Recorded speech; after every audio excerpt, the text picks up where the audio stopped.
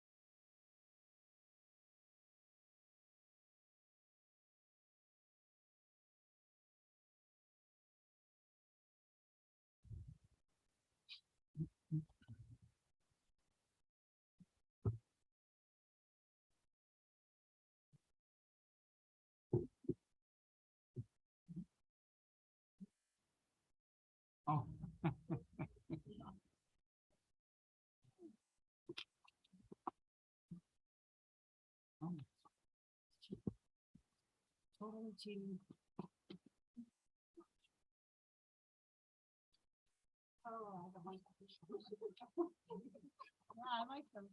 I know, but I want my own name.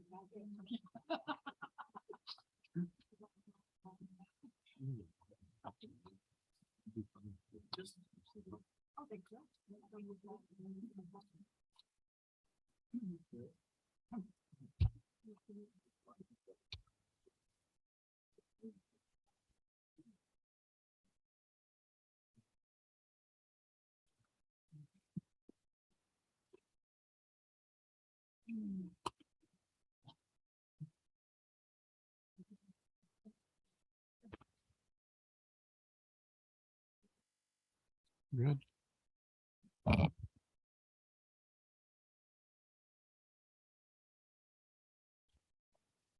Good evening. I'd like to call the July 12th, 2022 regular city council meeting to order. I would like to point out that this meeting is being hosted through live stream on our city's website and through Zoom teleconference. City clerk, can we have a roll call? Thank you, Mayor. Councilmember Brown. Here. Councilmember Krupa. Here. Councilmember Males. Here. Mayor Pro Tem Meyer. Here. Mayor Lilienthal. Here. All members are present.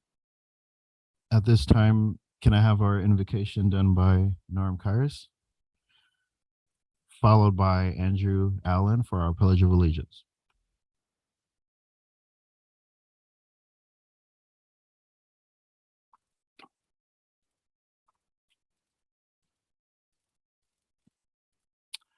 Let us bow our heads and pray. Lord, we come to you and we just ask for your hand upon our city here. Look after all of our leaders, look after our residents here, and just with all the chaos and the struggles that everybody's having here, we just ask that you just shine a light in their lives and just know that they can come to you for all their needs. Pray this in Jesus' name. Amen.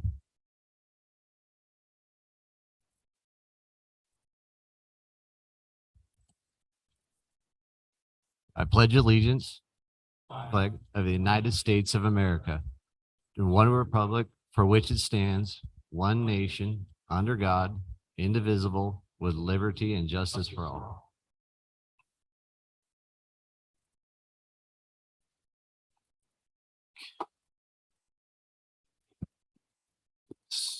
City Attorney, can we report out from closed session?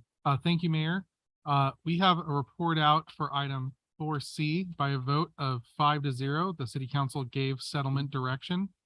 By reportable action on item 4D, by a vote of 5-0, the city council has appointed Eddie Poost as interim city manager. Thank you. At this time, we're going to move to communications from the public. All who wish to speak, including council members, just remember that everybody keeps their comments to 3 minutes or less. State your name before commenting. And right now I'm going to open it up for items that are not on the agenda, beginning with Rosie Roper.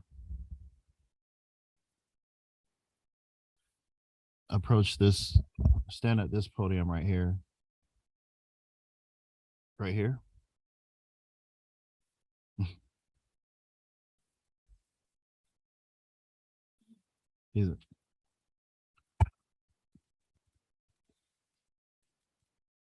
Good evening, everyone. My name is Rosie Roper.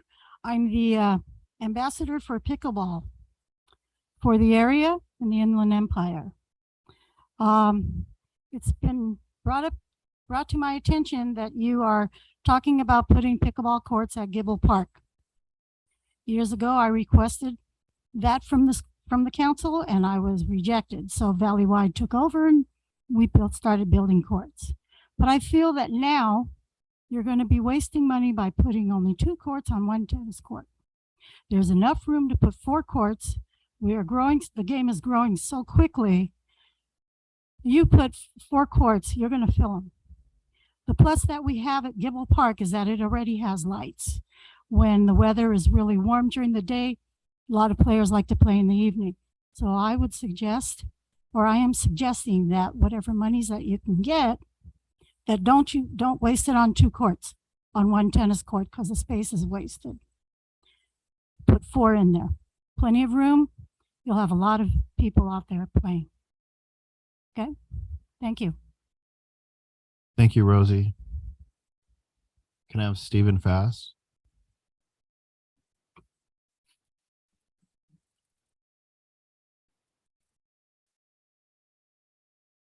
Good afternoon, guys. Pleasure to be here. Thank you for having me for 3 minutes. I'll try to make it as fast as I can. My neighbors parked their motorhomes in their driveway and in their front yard also.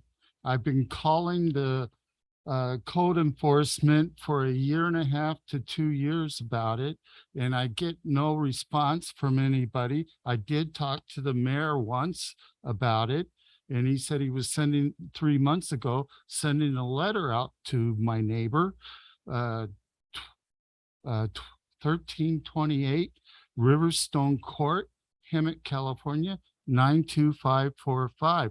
The mayor was the only one that would talk to me about it, and he said he was going to get something done about it, but nothing's done. The neighbor has a 45-foot trailer parked in his driveway, I guess as long as he's not in the sidewalk, the city doesn't care. He's been there now for 2 years. I've been calling. Now code enforcement, when they see my phone number pop up, they won't answer. They won't call me. They won't tell me why.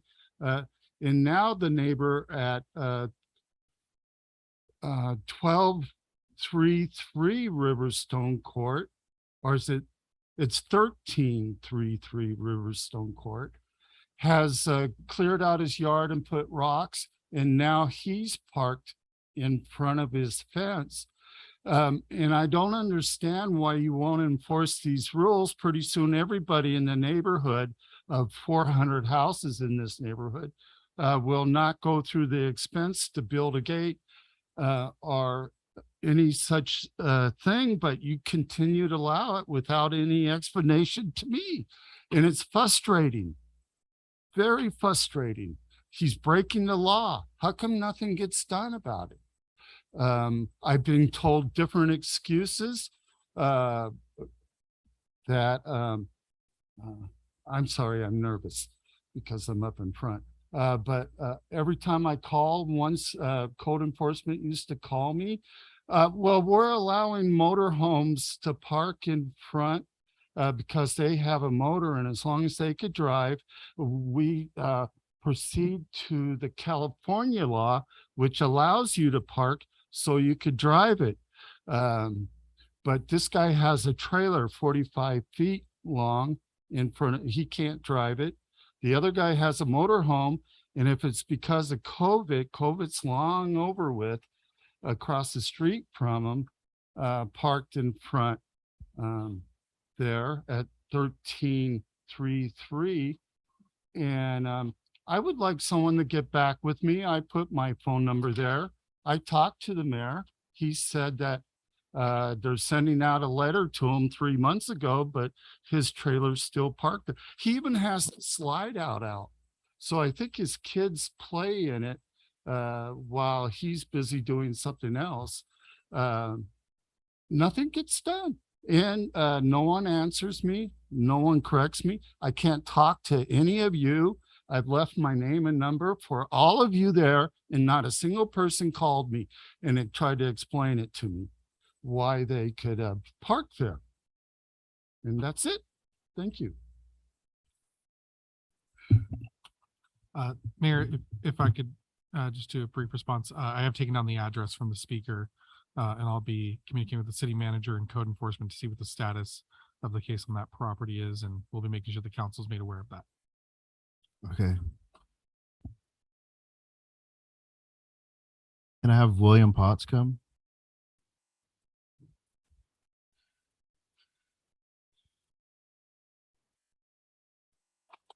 Good evening. My name's William Potts. I live at 3600 Chianti Drive here in Hemet. moved up here in 2009 from San Diego. We got a major problem next door to me. I brought some pictures and I'd like you to see what I got. So if somebody can look at these. Yeah, that's fine.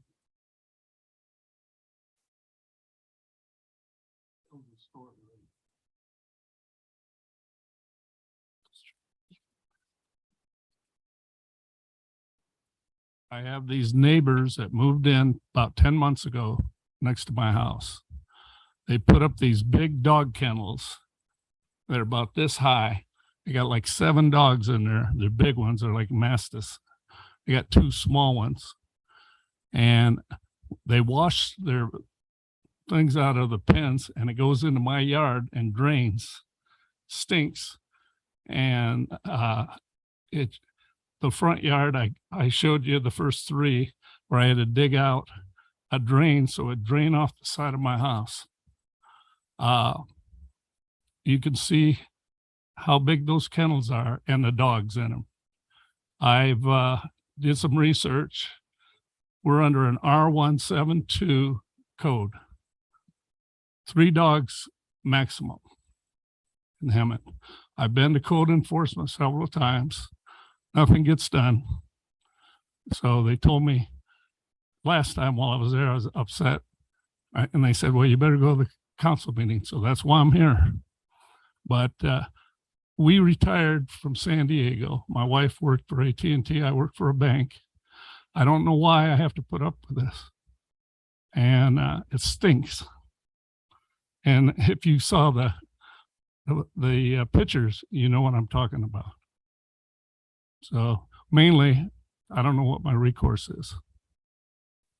But I figured there is a code and they're breaking the law. And they've been there 10 months. I've been there like 13 years. So I guess I'm wondering, do I have to move? My wife's upset. She was born and raised in San Diego. She didn't like coming up here because of the heat in the first place. So I got to listen to her and I got to listen to these dogs bark all the time. They get like killing each other sometimes. So I'm caught in the middle. So I want to see what kind of help I can get. And that basically covers it.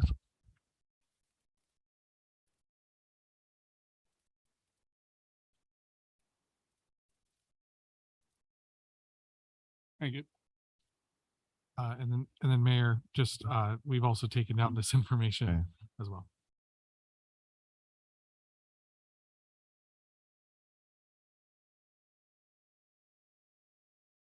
Andrew Allen.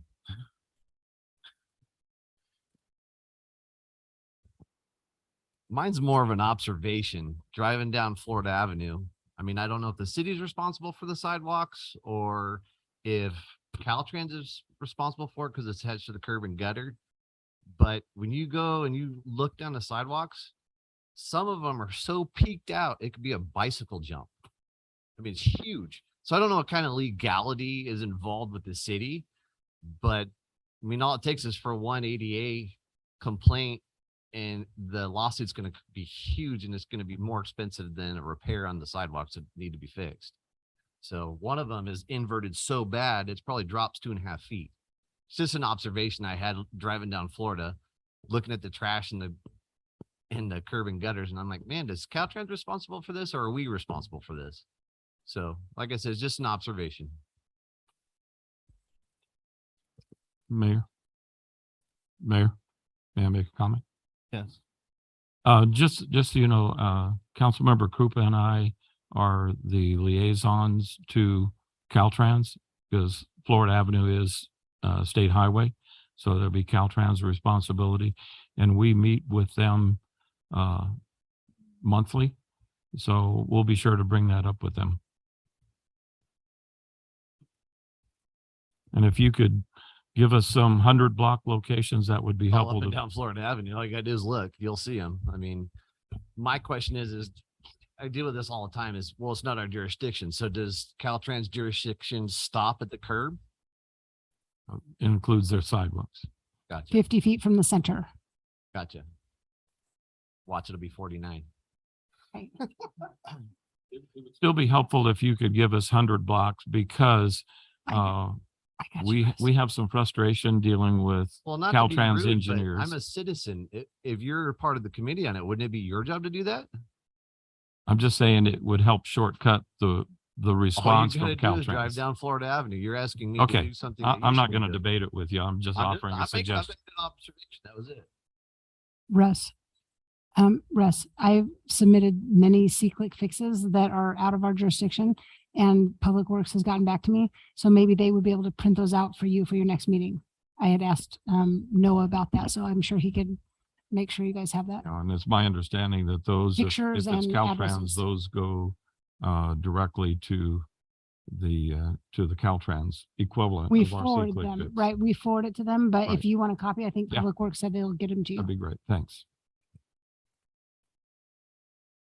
Jerry Ann Franklin.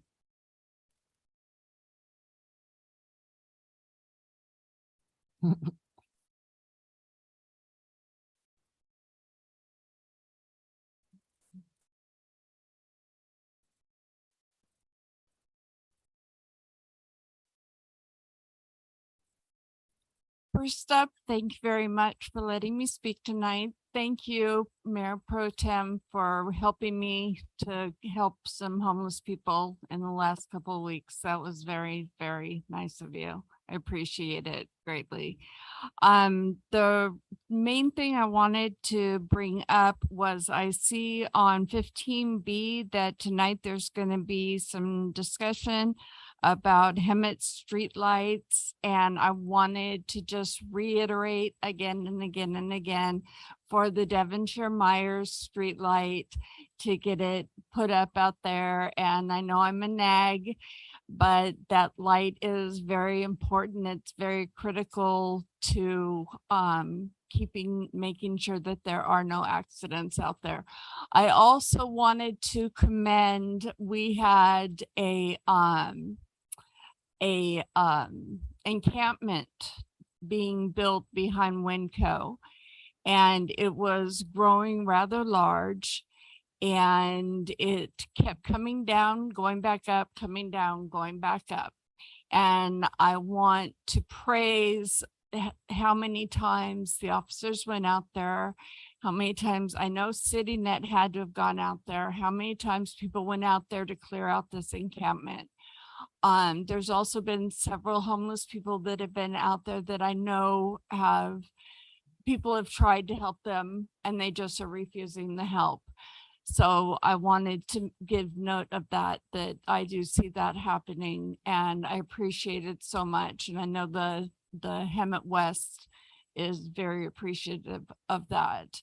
So anyway, light up, Myers, Devonshire, right there on the corner. Oh, well, yeah. Okay. All right. Thank you. Thank you, Jerry Ann.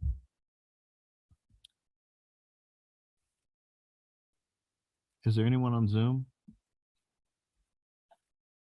Thank you, Mayor. If there's anyone on the Zoom call, now is the time to raise your hand, and I will unmute you, and you'll have 3 minutes with the City Council. So we'll give you just a moment.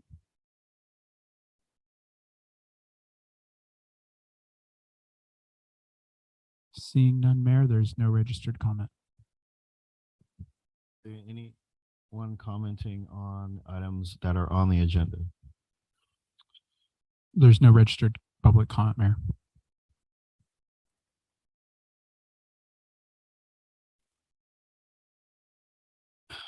We're going to move to presentations. First will be Parks and Recreation Month proclamation, followed by a certificate of appreciation for 4 seasons.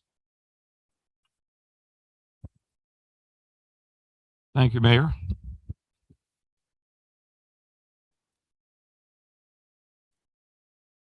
Could we have Mr. Craig Schultz come up here representing Valleywide? And while he's on his way up, I wanted to share the proclamation for Parks and Recreation Month. Whereas Parks and Recreation is an integral part of the communities throughout this country, including the city of Hemet, and whereas Parks and Recreation promotes health and wellness, improving the physical and mental health of people who live near parks, And whereas Parks and Recreation promotes time spent in nature, which positively impacts mental health and increased cognitive performance and well-being, and alleviating illnesses such as depression, attention deficit disorders, and Alzheimer's. And whereas Parks and Recreation encourages physical activities by providing space for popular sports, hiking trails, swimming pools, and many other activities designed to promote active lifestyles. And whereas Parks and Recreation programming and educational activities such as out-of-school time programming, youth sports, and environmental education are critical to childhood development.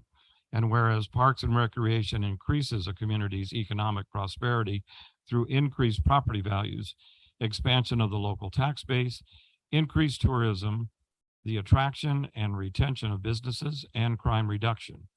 And whereas our parks and natural recreation areas ensure the ecological beauty of our community and provide a place for children and adults to connect with nature and recreate outdoors. Now, therefore, Malcolm Lilienthal, Mayor of Hemet, along with the Hemet City Council, do hereby proclaim the month of July 2022 as Parks and Recreation Month. So it's our pleasure to present this to Valleywide. Yeah, thank you. To the mayor and the council, I want to thank you on behalf of President Jen Bissell and our board of directors, General Manager Dean Wetter, and our entire staff. We appreciate this. Valleywide is 2 weeks and 1 day short of our 50th birthday. July 27th, 1972, we became a district, and we've been offering recreation to the valley and now beyond for all that time. And we appreciate all our partnerships, especially our one with the city of Hemet. So again, thank you for the. Thank you, Greg.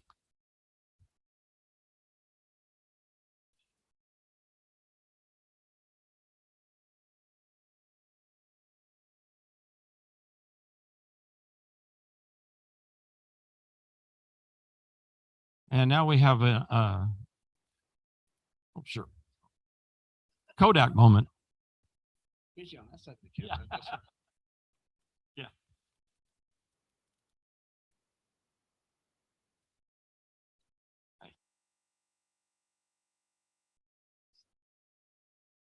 I just saw him in the back of the room. Where'd he go? Oh. So if we could have police department canine representation come up, and we have in the audience some representatives from the Four Seasons Golf Club. So we have the club president, Tom Moore.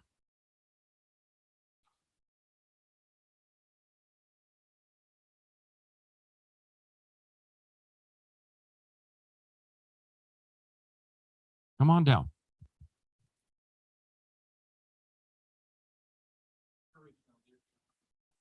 Okay. That's okay.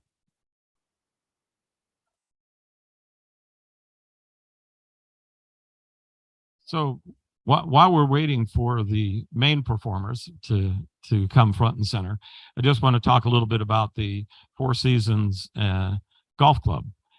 Tom Moore is president this year, and he's been president in the past before.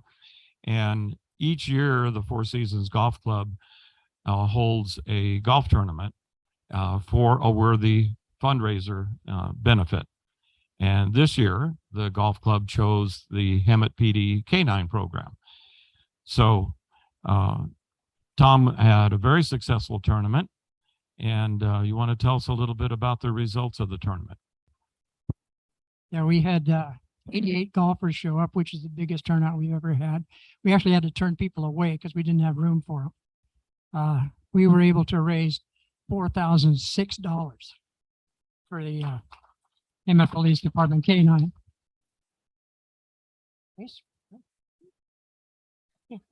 And I got to tell you, everybody that won either the tournament or the different contests we had, every winner turned their winning funds back into the charity, which I thought was fantastic. That's excellent news, and we thank the golf club very much for that. And I had the pleasure of also playing in my foursome with a couple of the officers. Luke was there. We finished under par, and that's all we need to say, right? No, what was your score? We finished under par, Tom. That's all I'm going to say. Good enough. So on behalf of the city and the city council, we'd like to present the Four Seasons Golf Club with this certificate of appreciation for our sincere gratitude for your donation and support of the Hemet PD K9 program. And Duke says so too. Aha. Ordered.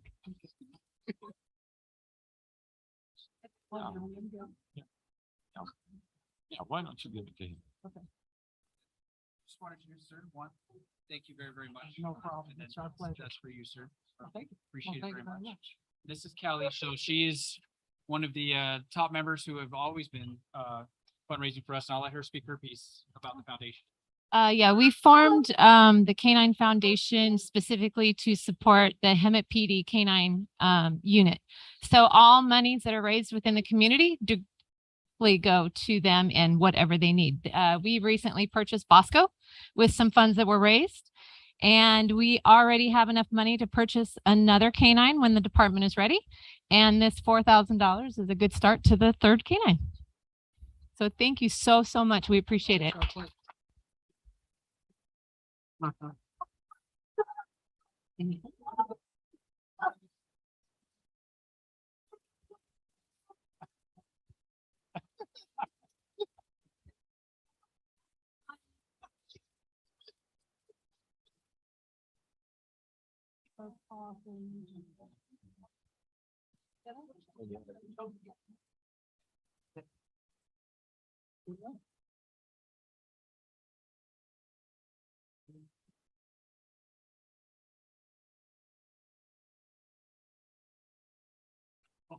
Hey, sir, thank you so much for the blessing.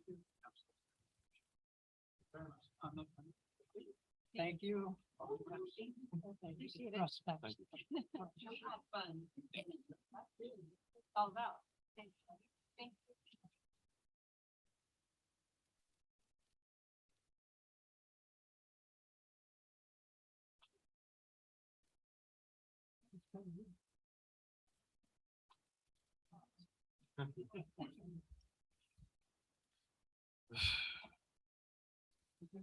We got two receiving files. I can just say 14 A and B.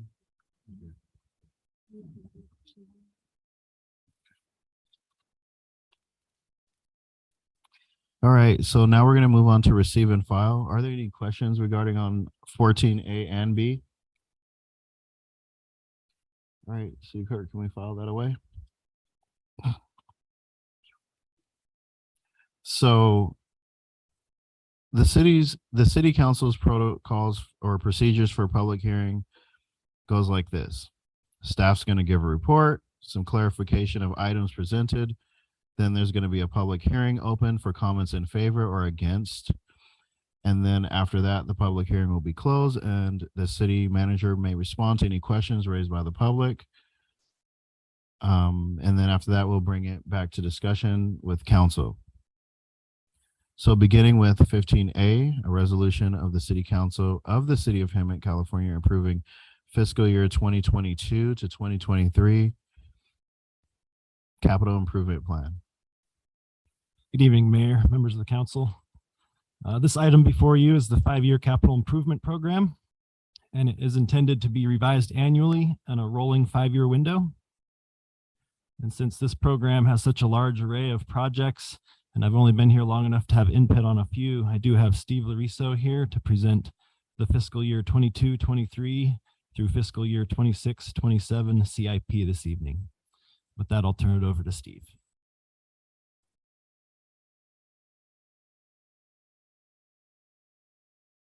Good evening, Mayor, members of the council. Steve Lariso, here to present the CIP for the 5-year CIP. I say that sort of with a smile because we've worked really hard, the engineering, public works, and all of the other departments to come together to develop a 5-year CIP from where we started off a couple years ago with just a 1-year CIP. So tonight, I'm here to present the 5-year CIP and request City Council's approval.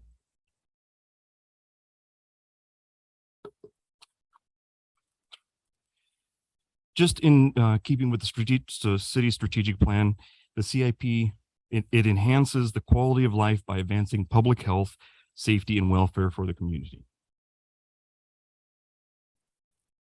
Just to reiterate what we're here, we're requesting the City Council adopt the resolution approving the fiscal year 22-23 through 22-26-27 CIP program.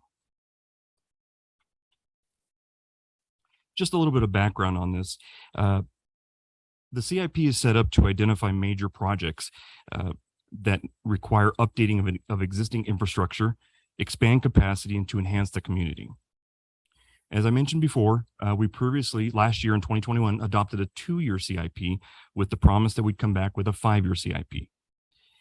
Earlier this year, we presented the CIP program to the Infrastructure Commission, and they recommended to bring it to City Council, and we presented it to the Planning Commission for determination of conformance with the general plan.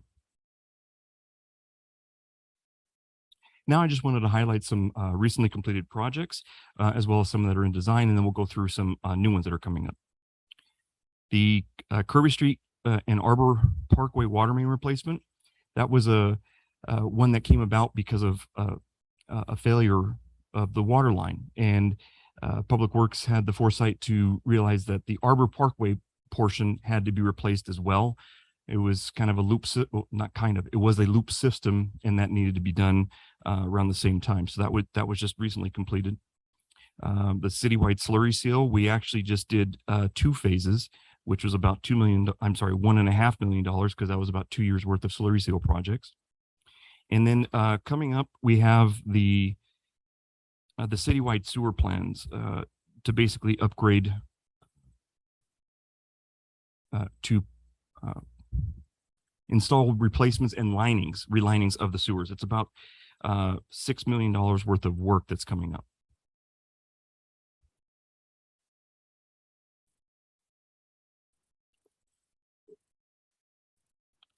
So this is a list of the majority of where the funding sources are coming from. Engineering typically relies on Measure A and RMRA for a lot of the street stuff. That's pretty much the ones that we use exclusively for the roads. Earlier this year, we came to council for the Measure A 5-year CIP that we do on a rolling basis as well. You'll notice in the document that we have over 60 projects across all city departments. And for this fiscal year alone, for 22-23, we have $8 million worth of new projects. I know it doesn't sound like a lot, but there's still a lot of projects that are continuing on over multi-years. And new projects for this upcoming year. The slurry seal, citywide slurry seal that we continue to do annually. Pavement rehabilitation and SB1 pavement rehabilitation. The SB1 pavement, we actually define that, and you'll see that coming up here, but the SB1 is about 1.9 million. Slurry seal is about 750,000. And the tank 4 recoat is about 350,000. We'll talk about that in a minute here as well.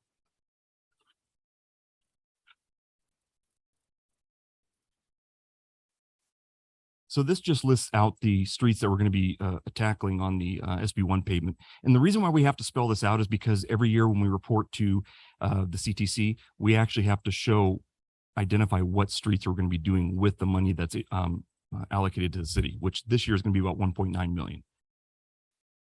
And on this one, you can see just to kind of give a feel of where those streets are located.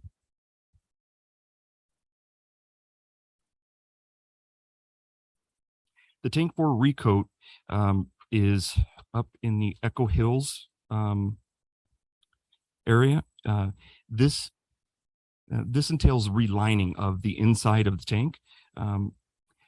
There's 4 potable water tanks that were constructed over 30 years ago within the city. And in fiscal year 15-16, we had conducted an inspection of the tanks, and the divers concluded that the tanks are in need of recoating. So this one here we're working on is about $350,000 to do some work on the majority on the inside, but as well as the outside. Just for visual representation of where that's at. So what's next? Grade out the stuff just to kind of give a feel of where we've been. We went to the Infrastructure Commission as well as the Planning Commission. Tonight, we're requesting that we're holding the public hearing and requesting that council hear any testimony, and if nothing else, recommend to approve the CIP and allow us to continue working with the other departments to continually update this CIP document. It's a living, breathing document that doesn't really just kind of go somewhere. And as all of the council knows, throughout the year, things change.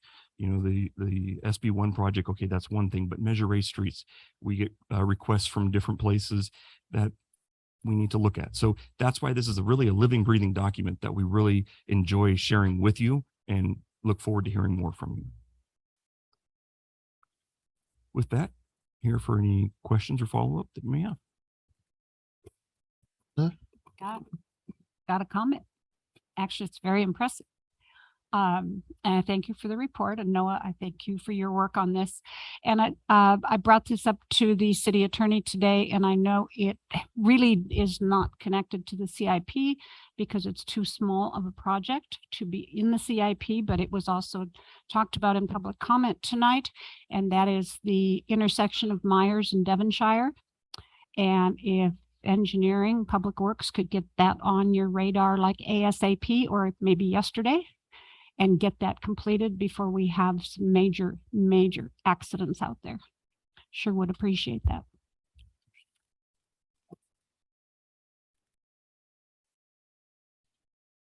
Any other? First of all, let me go to the public. Let me open it up for public comment. Thank you, Mayor. If there's anyone on the Zoom call that would like to speak, now is the time to speak during this public hearing item. And if you raise your hand, I will unmute you and we'll give you just a few moments. And while he's waiting, if there's anybody sitting in the audience that would like to fill out another form, if you have any questions or comments about this. Seeing none, Mayor, there's no registered public comment. No one from the audience? Okay, council. I have to close the public hearing. Okay. Okay, council. Back to Linda's point, number 6 on our future agenda items, we have already voted on this as far as making it a priority. So hopefully that won't be too hard for us to do. And Steve, unless I haven't seen it, I believe last year we added the property at Station 5, how it floods into the neighbor's yard. And is that on here? Because I didn't remember seeing it. It's not a CIP project because it was identified, requested separately. We are in the process of preparing those plans, but it wasn't put on the CIP list because we got to bring it back to council with the cost estimate that's going to go along with it. I'm pretty sure we talked about it last year, but I haven't had time to look that up, but excellent. Steve, is it possible to add that and bring this back? We can do whatever you'd like. If you'd like us to, well, this is the public hearing tonight. You can always request to make amendments to the CIP throughout the year. If that's I mean, I just didn't have an accurate budget number to put in there. And that's really where it was going because it was a lot higher than what was originally thought of. Is there any rush with getting this done tonight? Because I feel like this is just as important as our budget. I mean, this is our 5-year, and maybe the attorney can explain to us why we have a 5-year budget plan and these things move so slowly.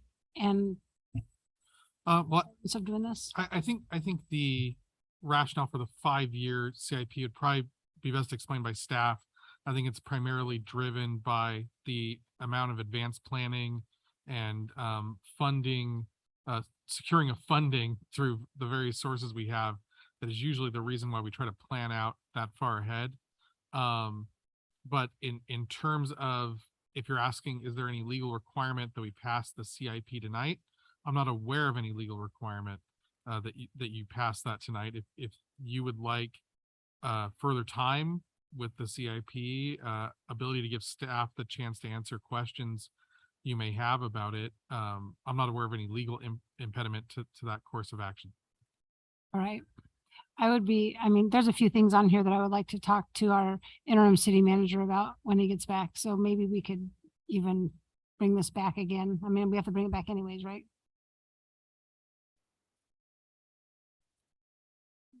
Public hearing, do you have to do it twice? Okay. It's a public hearing. We have to do it twice. No, so what we could do is we could simply leave the public hearing open and continue it to the next regularly scheduled meeting. We wouldn't have to renotice the public hearing if that was the course of action taken by the council.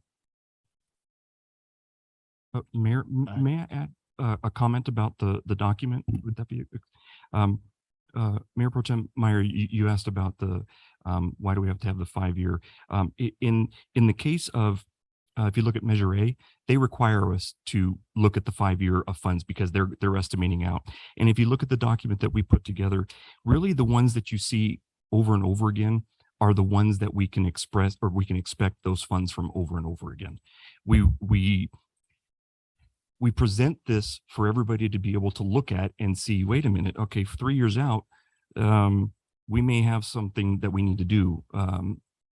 And it really just sets the tone for everybody to be aware of, hey, if I want to make sure some project is done, let's see about adding it to the list. So, but that's what I just wanted to share. The ones that are there year after year are the ones that we know what the funds are usually. Excellent. Thank you. If I could add to that, and maybe to Carly's point in that, if we can have some additional time to go through this ourselves line by line and to talk with the city manager and also to engineering and public works about some of these, there may be some on there that in coming back to council and discussing it, that other things may be a priority that we would like to bring forward and see the feasibility of putting it on this 5-year plan. So if we could have that extra time, I think it would be beneficial to all the council members. But it's good work.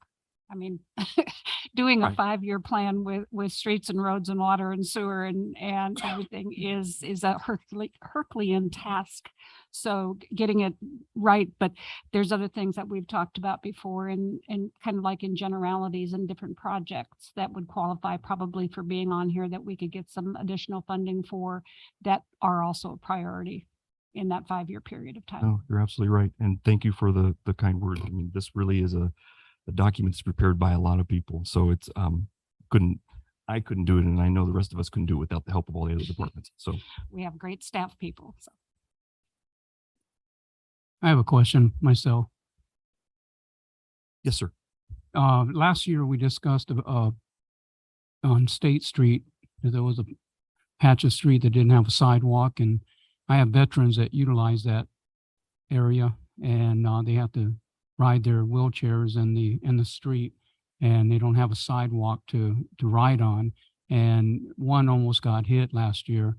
And the last city manager we had, he mentioned that he had funding for that and that he was going to be able to put that sidewalk in. And I think it's Crow's Nest in State on the south side of Esplanade.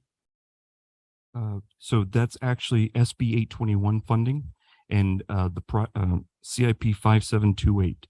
So it's actually, the design is done. And I think we're getting ready to send it out to bid very soon.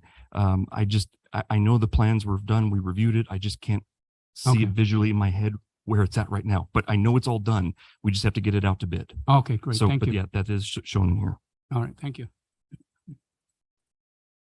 So I'll make a motion that we just leave the public hearing open and bring this back. Yeah. I'll second that. Council, please cast your votes. Motion made by Mayor Pro Tem Meyer, second by Councilmember Krupa.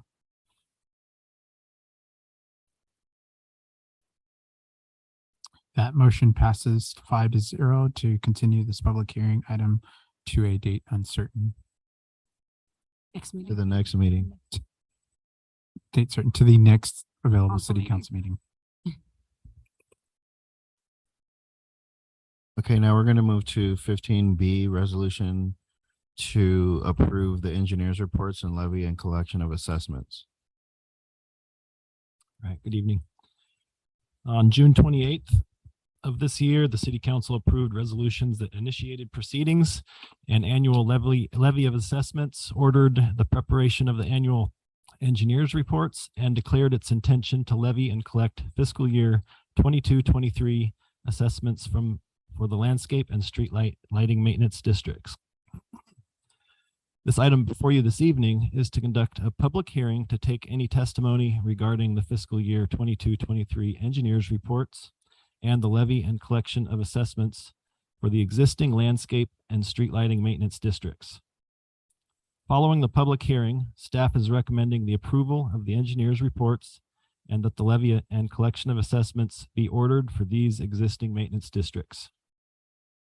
Harrison Associates is the city's consultant that has prepared the annual engineers reports, and Chris Thomas from Harrison Associates is available via Zoom this evening to answer any questions that you might have. That concludes my presentation. All right, city clerk, can we open up the public hearing? Thank you, Mayor. If there's anyone on the public Zoom call, now is the time to raise your hand to speak on this item. You'll have 3 minutes to speak at the city council live. We'll give you just a few moments. Seeing none, Mayor, there's no public comment. Anyone here inside our room? I'm going to close public comment now and bring it back to council. Any questions or comments for Noah?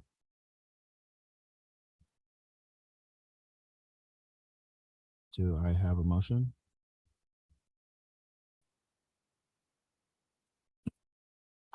Okay, I'll make a motion that we adopt a resolution amending and approving the engineer's report for the existing streetlight maintenance districts for fiscal year 2022-2023, and adopt a resolution amending and or approving the engineer's report for the existing landscape maintenance districts for fiscal year 2022 to 2023, and adopt a resolution ordering the levy and collection of assessments for the existing streetlight maintenance districts for fiscal year 2022-23, and finally adopt a resolution ordering the levy and collection of assessments for the existing landscape maintenance districts for fiscal year 2022-23.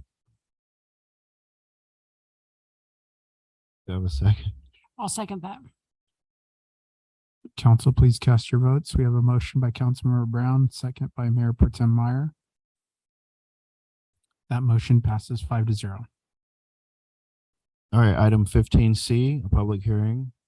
Objections to proposed weed abatement.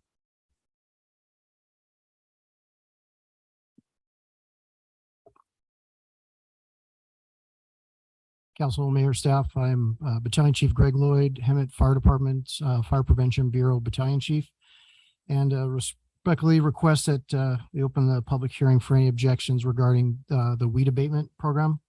In 2019, the Fire Department instituted a weed abatement program to reduce trash, grass, and rubbish fires occurring in parkways and private properties within the city limits. All affected property owners were notified, given a chance to abate them themselves. The goal and the intent of the program is for self-policing and for self-cleanup. Once that's done and a timeline is passed, an inspection is made on the property, and those properties that have not cleared the debris or rubbish out of their way are then photographed and notified or given to a contractor designated by the city, where they go out, they clean it up, they take pictures of it, and then the fee for it plus an administrative fee is then levied against the property owner. And I'll add to that this program started in 2019 and has had a dramatically positive effect on the number of fires that have taken place within the city. And so we've seen the program as an overall success.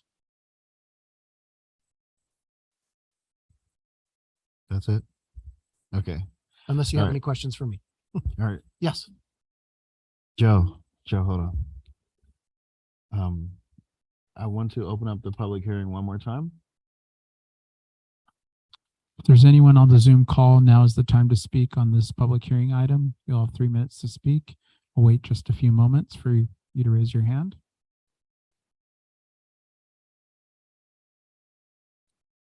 Seeing none, Mayor, there's no registered public comment. And once again, from the audience, don't all jump up at once. Close public hearing. All right, all right. Quick question. Yes, sir.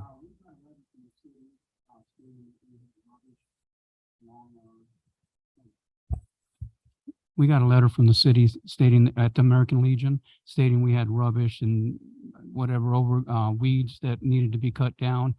But it's on the other side of the fence where the school district is. Okay. And it's not our property. What would we do about that? So feel free to reach out to the fire department and contact them. And as we move through and grow the properties are based on APN numbers and the letters are based through that. And so what this does is this is a living document that gets updated every year. So sometimes vacant lots will then become developed, so they're no longer a part of the program. Sometimes properties get sold, and so we have to track down who the owner is and that. So please reach out to the fire department, let them know that, and then we'll make the adjustments as necessary with any of those. We have received some other letters from certain groups that have said that they have maintenance, they have those things in place. The letter is simply a reminder of the annual program that we institute, and the whole goal of everything is self mitigation. We don't charge for the inspection. We don't charge for anything other than if we go out and after the period of time that is set forth that the section hasn't been abated, then we go out with the contracted weed abatement service and they clear it. And then the cost is their cost plus an administrative fee. Gotcha. Thank you, sir. Welcome. I've got to say that I've noticed, and I thought it was all strategic here because before the 4th of July, I noticed so many fields were cleared off. So I was thankful for that. And I don't know if it's your program that's getting people to be proactive, but I've noticed. So thank you. Thank you. And the timing of it is you're absolutely correct. So we start in May and we move this through so that everything is done in July when the warm months come, when the 4th of July fireworks take place. So yeah, you're absolutely correct. I have several comments from the public too, that they've noticed that it has been done earlier this year. They seem to think. So I was waiting for this day to come. So Comes every year, right? Yep. Councilmember Brown. Yes, I have a question that may or may not correlate with this, but I know that the city has been undergoing some negotiations with the California Department of Fish and Wildlife to get them to allow the city to do weed abatement in areas that they currently consider sensitive areas. And would that, does that have any correlation, that effort correlate with this, or would that be something totally separate? Right now, it's totally separate because what we're looking at is property owners' private parcels and those vacant lots that are listed within there. So if they're designated as state property or sensitive habitat areas, that would be something that would be separate from the weed abatement program. Okay, thank you. All right, do I have a motion? I'll make a motion since there doesn't appear to be any public objections to the resolution declaring public nuisance by virtue of weed growth, and authorize the city to go forward with abatement as necessary. I'll second that. Council, please cast your votes. Motion by Councilmember Brown, second by Mayor Pro Tem Meyer. That motion passes 5-0. All consent calendar items will be acted upon simultaneously unless requested by an individual council member for separate consideration. As we move on to consent calendar, are there any members of the council that would like to pull any items on the consent calendar? Mayor, I need to pull item 16L for the purpose of recusing myself since I live in that district. And I'll be happy to step out if you want to take that vote now or whatever the council prefers.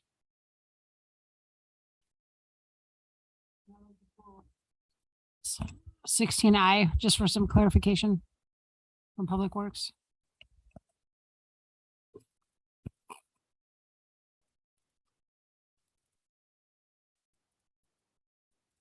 And I'd like to pull 16K because I just have a comment on it. Okay. Russ, we'll do yours last. Like to pull 16D because everyone else pulled something. Not a good reason. Oh, but I do want to pull 16. Do I have a motion to approve the rest? So moved.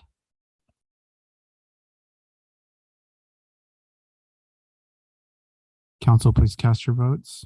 And I heard motion by Councilmember Brown, second by Councilmember Krupa to approve consent calendar with the removal of items 16D, I, K, and L for separate consideration. And that motion passes 5-0. Let's start with 16I.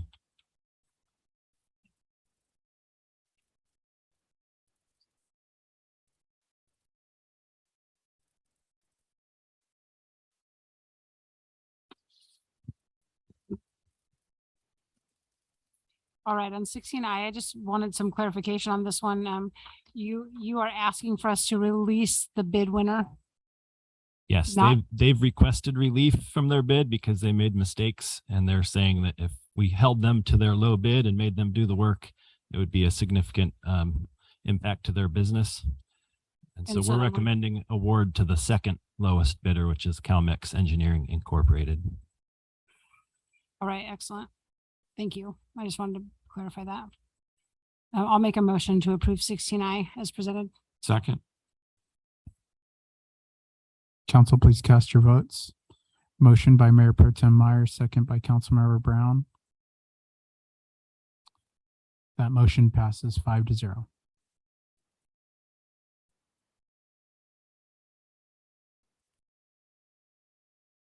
Let's go to 16K. Okay.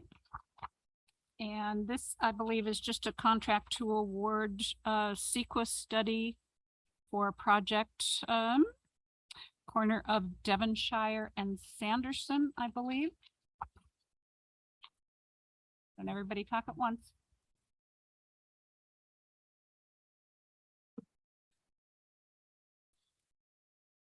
Good evening, yes. Okay, I'm just going to register my personal objection to a part of what they're trying to do on this. And I am totally 100% against another car wash on that corner. And if they do have to have a car wash there, hide the darn thing and not make it ugly like the one across the street. It is an eyesore. That's my personal opinion, and I'm sticking to it. I'll agree with that. I like the rest of the development. I think housing going in there is a phenomenal idea, but we don't need any more car washes. And with that, I'd move approval. Isn't going to cost us anything for the city to do the CEQA study. I'll second that. And just one other comment, because I had flagged that one to make a similar comment that I question the necessity of another gas station and a car wash on that corner, particularly since there's a car wash right across the street. Across the street. I'm all in the spirit of competition, but I think there's an abundance of car washes available. So other than that, I like the idea of some positive development on that corner.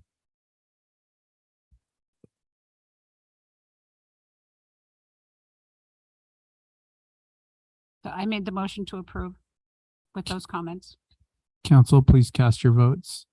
And I have a motion by Councilmember Krupa, second by Mayor Pro Tem Meyer. That motion passes 4-1 with Councilmember Mails voting no. 16D.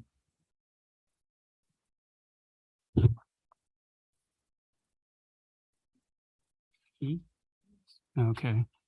This is a resolution for the City Council of Hemet to accept a $963,000 violence intervention and prevention funds from the board and state of community corrections. It also states something about a letter that had to be mailed out by June 6th, I believe, or June 9th. And I just want to make sure that letter was mailed out.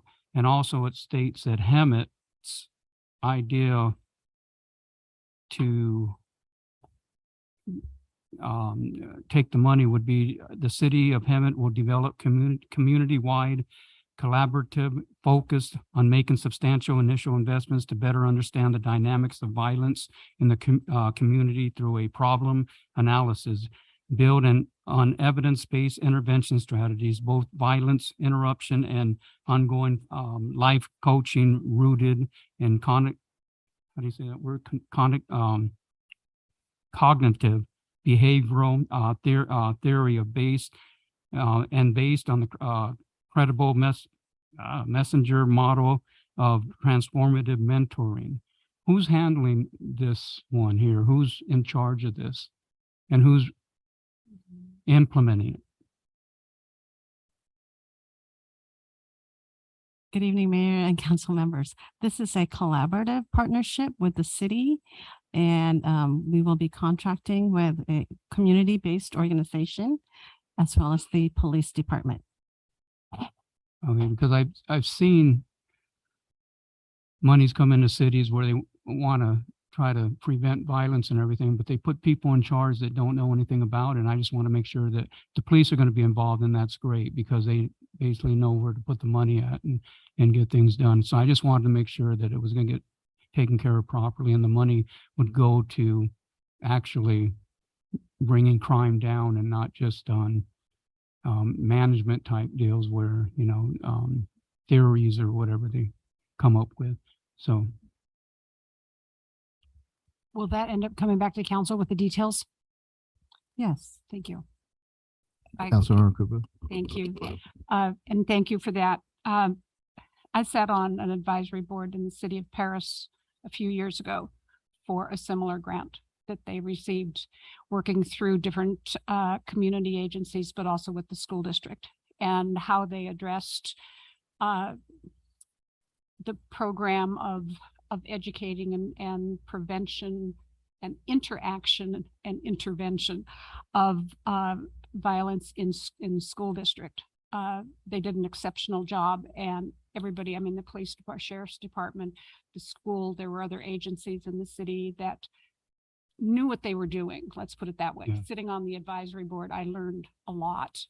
But again, they reported how they had done it, all of their statistics, all of their successes, their failures, how they were going to change procedure and all of that. And it really was a worthwhile program. And Cal, that As long as it's helping and bringing. It was very beneficial. Yeah, okay. And one other comment was because I had the opportunity to sit in when this was being developed. One of the things that I was excited for was when violence happens. So let's say you have a family member that gets killed. They bring the services in for the other family members, the surviving family members, because statistically, when something happens violently to a member of your family, it's more than likely that you're going to commit the same type of crime or incite the same type of crime. And that continuous struggle in some of these different neighborhoods just continues to happen.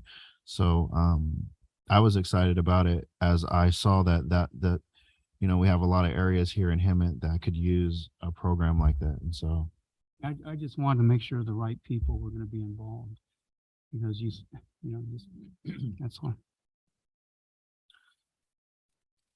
Thank you. What's that?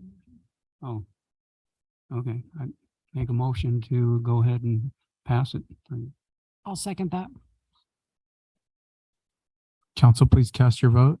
Motion by Councilmember Mayo, second by Mayor Pro Tem Meyer. That motion passes 5-0. And lastly, we have Russ Browns. So Yes, Mayor, I live you in can- that district, so I need to recuse myself from this item. Which item was that? 16L. Oh, okay. He does. But you guys can vote fast. Maybe you can beat him to the door. Run. Run, Forrest. I'll move approval of item 16L. I'll second that. Council, please cast your votes. That's a motion by Councilmember Krupa, second by Mayor Pro Tem Meyer. That motion passes 4-0 with recusal of City Council Member Brown.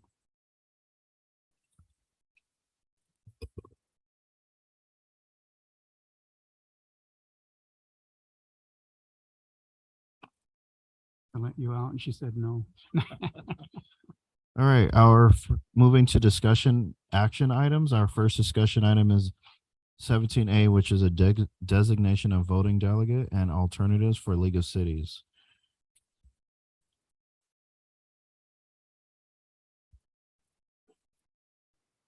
Question, Mayor, are you planning to attend? Yeah. I would recommend that you be our voting delegate and Linda Krupa is alternate.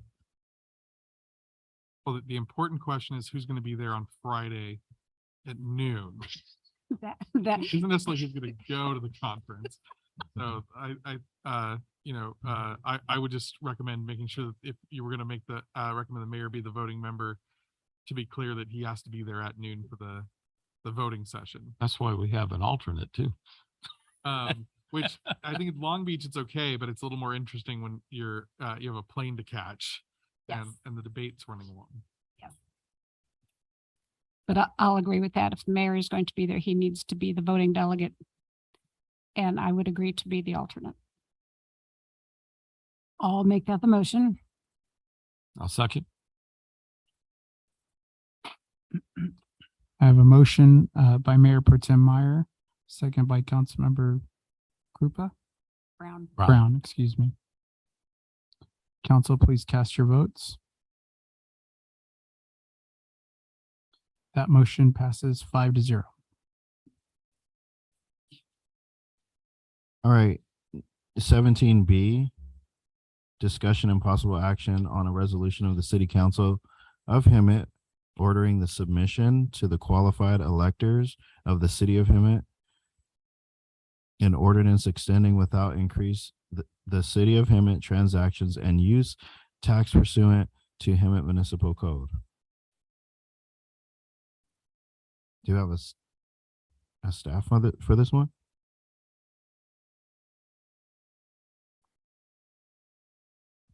Mayor and Council, I believe that with this, that we did have representatives from the police department and fire department that can speak to this. All right.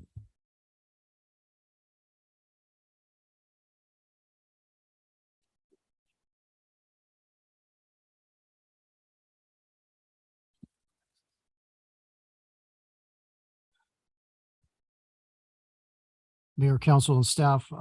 Once again, Greg Lloyd, Battalion Chief with Hemet Fire Department. And we just want to come and both police and fire to really talk about the accomplishments that have taken place with Measure U since its inception. As we move forward to that. So starting off from the institution in 2017 with Measure U, personnel wise, we've hired 3 captains, 8 firefighter paramedics. What that has accomplished was the reopening of Fire Station 5, the staffing of Squad 1, and 100% ALS paramedic service throughout the entire city. In addition to that, we've hired 3 battalion chiefs and accomplished through that a formal command staff that has increased operational capacity, not only for the city, but also for our area partners as well. With that, in our collaboration with the police department, the fire department itself has hired or has funded 2 public safety dispatchers and 1 call taker. What this has done is created an increased capacity right now in the last fiscal year, just in fire alone. The dispatchers have handled over 18,500 calls for service within the city of San Diego. Could not be done without the personnel that we have. And then also that we've increased personnel hours in our support services area. So our emergency services coordinator has been increased from a part-time position to a full-time position, is partially funded through general fund and is partially funded through Measure U. What this done is it allows us to do is to be better planned and prepared for citywide emergencies. So they handle the oversight of the Emergency Operations Center, as well as the training of staff and reviewing and amending the Emergency Operations Plan, which is actually taking place as we speak. In addition to that, they work in the community, training local residents with CERT and helping to establish the Community Emergency Response Team throughout various communities within the city of Hemet. We've also increased the hours of our emergency medical services nurse. This nurse is tasked with providing continuing education to our paramedics, serving as a liaison to local hospitals, and improving the quality of care given by our paramedics throughout the city. We've also have hired a part-time office specialist through Measure U that we are actually increasing to full-time with support from general fund. This person's involved with the weed abatement program that we discussed earlier. And in addition to that, they're also tasked with the cost recovery program. The cost recovery program is a vital part of helping to find alternative funding sources and cover the costs for responding to emergencies within the city.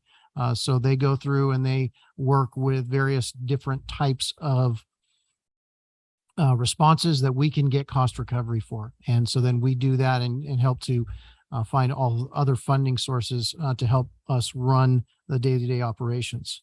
That's it for personnel. Capital equipment wise, we replaced aging fire apparatus. The total of that is going to be 3. We've seen one, and many of you have been a part of the push-in ceremony for that one. We have 3 apparatus that are going to be in total being purchased through the Measure U program at a cost of about $2.4 million in total. Upgraded our VHF radio system. It was an aging radio system that experienced a catastrophic failure in 2019. We're able to repair that, bring it up to equipment that is serviceable, but the old equipment was not serviceable. In addition to that, through the county's PSEC system, we have a backup radio system. So now if we ever have a failure, once again, we have a radio system that we can provide seamless communication to our personnel on the ground, as well as coordinating with our local law enforcement. We've purchased 3 utility vehicles through the Measure U. This helps not only provide transportation for training and out-of-county responses, but these vehicles are all off-road capable. And in fact, we used one of them yesterday or on a rescue that was out there off of Lion and Chambers that only would have been accessible by 4-wheel drive. We've purchased over 100 sets of personal protective equipment. This brings our sets up to having 2 sets for each member. That way, when one set gets soiled, they can go into a clean set while their other set gets laundered, thus reducing the amount of cancer-causing chemicals that our personnel are exposed to. In addition to that, we've added a 6th dispatch console within the police department dispatch center. This helps to increase our capacity to handle calls for service. And that is some of the large items that have been accomplished through your support and the public support with Measure U. And I'll turn it over to Captain Arano, unless you have any questions for me. Do you guys have any questions for fire? I have a question. Can you, and I didn't ask you this ahead of time, but I'm sure you probably know, what's our calls of service, like calls for service by the month or however you have it, by the week? By the so year? I mean, I can give you data as you want, but we're running approximately 1,500 to 1,600 calls per month. Mayor Pro Tem, and that's about an average of 18,000 calls per year. Yeah, we ended fiscal year 2021-22 with 18,611 was what our data pulled. Thank you. You're welcome. Good evening, Mayor, council members. Captain Ariana here with Hemet Police Department, standing in for Chief Boost. I'm just gonna add to what Lloyd said here. Since the inception of Measure U, fiscal year 16-17, since then we've added 13 police officer positions, 24 professional staff members. You gotta forgive me, I'm gonna go through these, make sure I don't miss anything. The most recent ones, June 2020, We entered into a service contract with Flock, which I'm sure you guys are all aware of. March 2021, completed phase 1 of the microwave project. Some of these are going to be repetitive, which he mentioned earlier, such as a dispatch console that we just installed. June 2021, we went live with the Axon. That's the body worn cameras, and updated our tasers to the Taser 7s, which obviously improves efficiency and officer safety and reliability for the tools that the officers carry on a daily basis. July in 2021, completion of phase 2 encrypted radio system, which is the PSEC.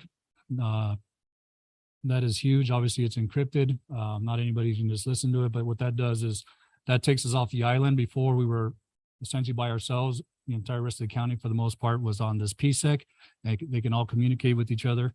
And until we went to PSEC, now we can, anywhere in the county and beyond the county lines, you have clear radio transmissions, which can go on forever as to the positives on that. With Measure U, we brought in trauma intervention program, the TIP program. It's been essential. So our officers go out there and they get called out for anything we call them out on. There's no questions asked. The service is provided. They go out there to the public. A relative dies. We have a some type of assault, any kind of fire incidents. We call the TIP personnel out, and they will come and sit with the family. They'll provide them with all the information they need in order to move forward, which actually relieves the officer or the fire personnel to continue doing their job or go to that next call. Some of the future projects and technology upgrades coming up are expansion of the ROCKS team, expanding our traffic bureau, expanding the community engagement. That's with our PR talks, with the movie and having our officers out there with the movie in the park, pizza with a cop that's happening in Milano's here on June 20th. Hope to see you all out there. Business crime prevention program and the community police engagement group, which is something the chief has put together, and can't wait to see what comes out of those meetings. Moving on to fiscal year 21-22. We've added 20 part-time, leave that out. Purchased 5 motorcycles with Measure U funds. Previous to that, we had 2013 model motorcycles, and we finally upgraded to the newest and latest and greatest. Obviously, that allows us to partner with our agencies, surrounding agencies, which I believe we've had several. We've had 1 in the city or 2 in the city, where Murrieta, Temecula, CHP have all been involved, and we've done traffic enforcement on Florida. It's been great, and we've done the same thing for those cities as well. We've been able to replace our aging vehicle fleet. We still have some out there that are from 2005 with over 200,000 miles. Those Crown Victorias, you can't stop those things, but they don't make them anymore. So we've ordered the vehicles, 21, 22, 12 black and whites. 2 community service officer vehicles are going to be the white SUVs. Unfortunately, we received 0 because of the microchip shortage. So they're just waiting, and freight as well, trying to get them over here from the Ford. And now this brings us up to the current fiscal year. Current fiscal year, Measure U, looks like we have 9,993,000. Measure U balance fund, 1,800,000. Some of the things planned for that. Measure U, 2 public safety office specialists. That should be, that employment bulletin should be flown, I think, sometime this week. We'll be doing some revitalization and upgrades to our range training facility. You're purchasing 2 investigation vehicles. Those are the unmarked vehicles that our detectives drive in on a daily basis. 1 CRTF vehicle. That's going to be our cannabis task force. That'll go to that officer. Currently, I think we're using, it was a pickup, 2008, I believe. To say the least, it's in the yard getting fixed on. It's getting worked on quite often. Measure U balance fund. We're doing the fire department and police department parking lot rehabilitation. Doing some upgrades, much needed upgrades to the fencing and whatnot around the parking lot. The PD Administration Strategic Planning Center and the Public Safety Server Room fire suppression. That's all I got on my list. Captain, Questions? what is Flock? Flock is going to be, I think we have approximately 20 of those cameras. It's a camera system within the city. If you drive anywhere in the county now, I think we were the first ones in the county to implement Flock camera system, and then San Jacinto started jumping on board with that. But I can drive anywhere in the county, Riverside County. You can see those cameras everywhere. The sheriff's department has them everywhere. Essentially it's a license plate reader. It's a vehicle, not just license plates. You can do the vehicle, the color, make, model, and how that's essential to the police department is for our investigations. We have a crime that occurs in this block. We can essentially go right to the flock system, log in, type in the cameras and the type of vehicle, plate, whatever information we have, it'll give us like live where that, and then when we enter in the system, that vehicle will hit every camera it hits, it'll come and we'll get that location. What's that? Real time. Yeah. And I wish I had the numbers, but it's in the millions, multi-millions in costs and recoveries for stolen vehicles. That's the biggest thing so far. But we've had homicide suspects from LAPD come out this way and the flock system has caught them, and we've caught them out here, apprehended them out here in Hemet. So it's a great system. I know Menifee has, the business has jumped on board. So hopefully we can get there and the business start jumping on board and putting that in the parking lots. Really helps to deter crime, that's for sure.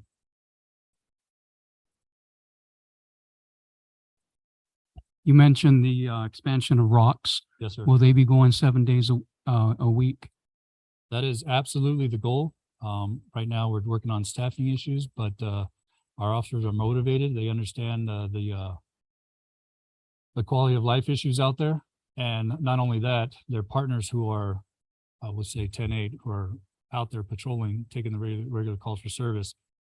They get taken up, you know, when they're dealing with the homeless issues or the panhandling and whatnot.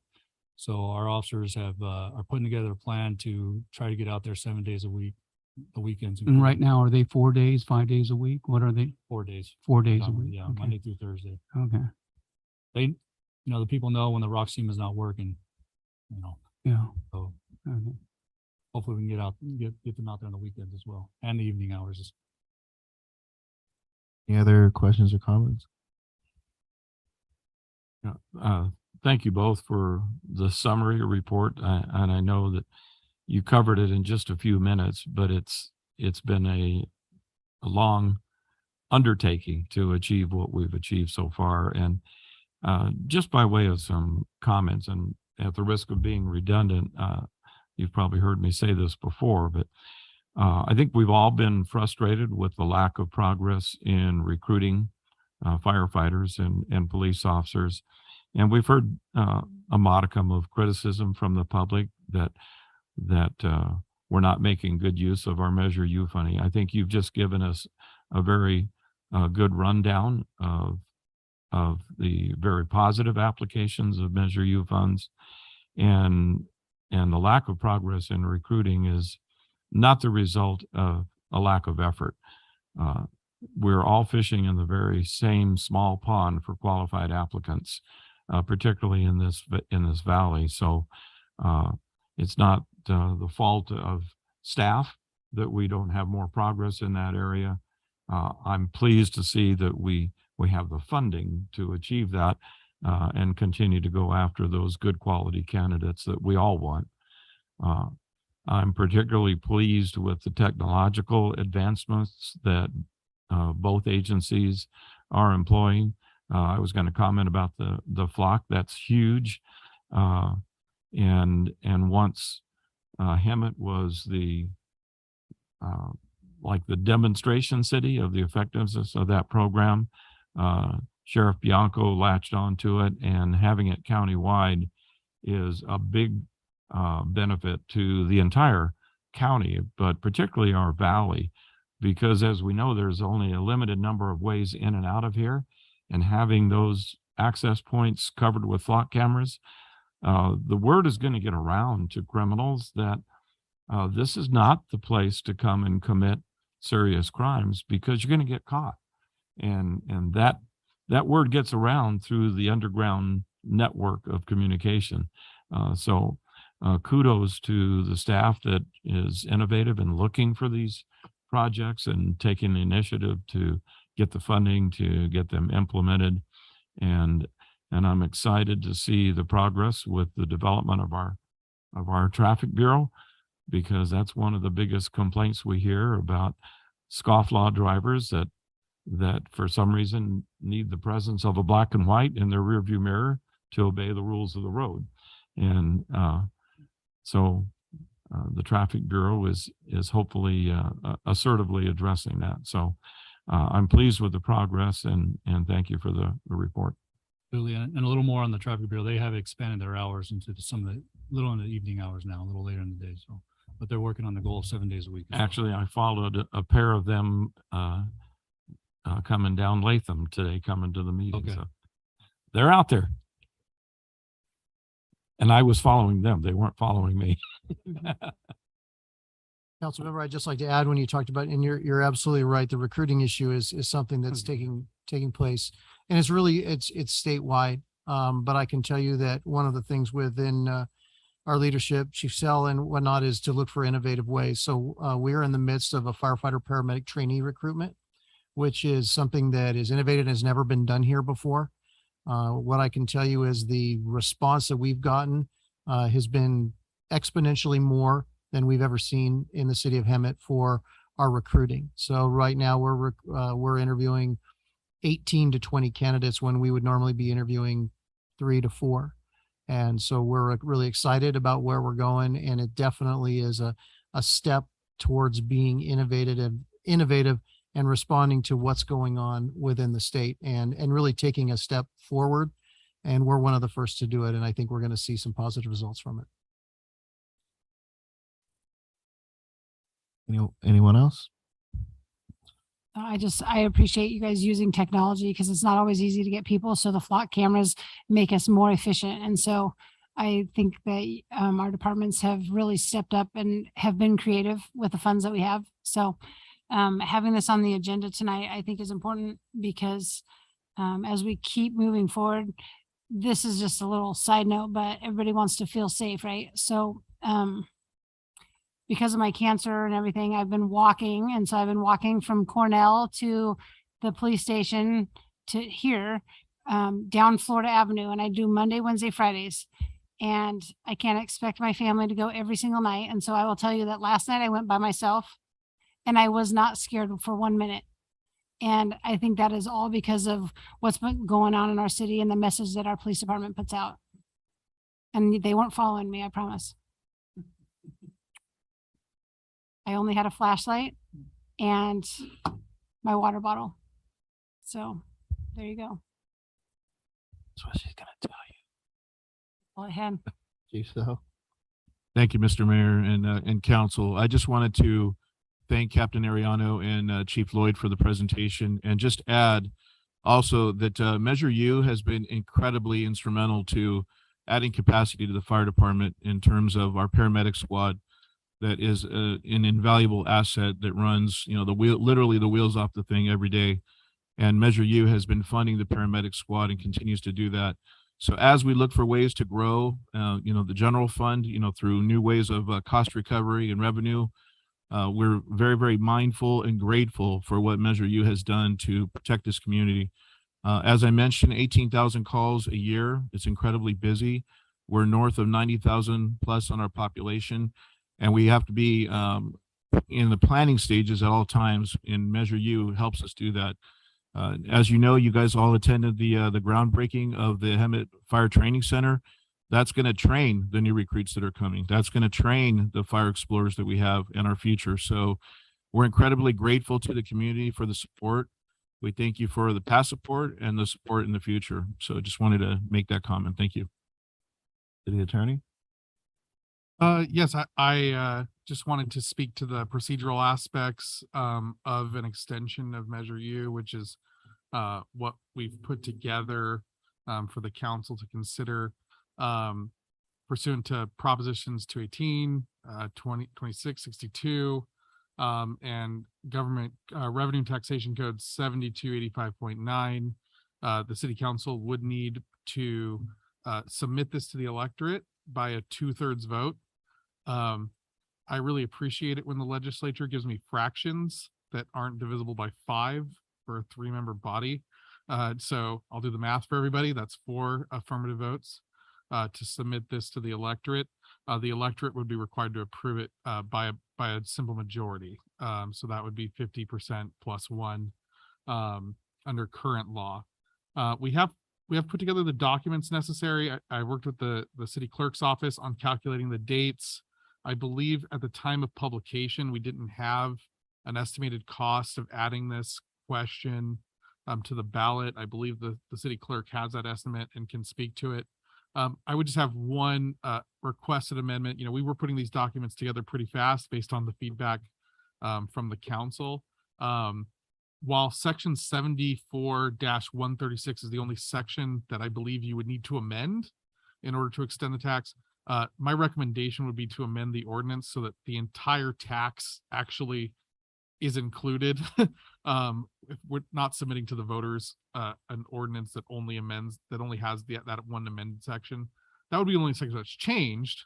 But I think we should submit the entire text of that Article 5, which is the whole tax, to the voters, just for clarity. I think that's probably a better practice.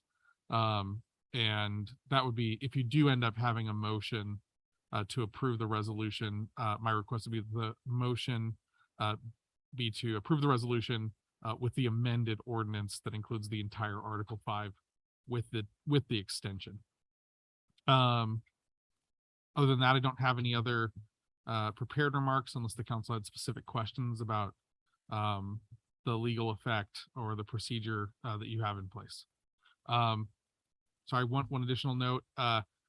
I did have to take some liberties trying to guess exactly what the council would want to do. I use my experience in other jurisdictions, but I would draw the council's attention to the provisions of the resolution that authorize the mayor to draft the argument in support of the measure. You don't have, I was told that the mayor was the person who put the item on the agenda, so I figured the council may want to give the mayor the authority to write that argument in favor. You can make it any council members, you can make it any combination of council members, if multiple council members wanted to sign the argument in favor.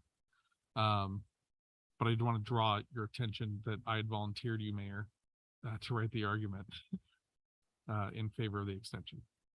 And then I'll kick it to the clerk for the estimate of the cost. Thank you, City Attorney. Yes, in gathering all the information, we were able to speak with the Registrar of Voters, Riverside County. They estimated it would be approximate $47,000 to do a citywide election. So that's the estimate.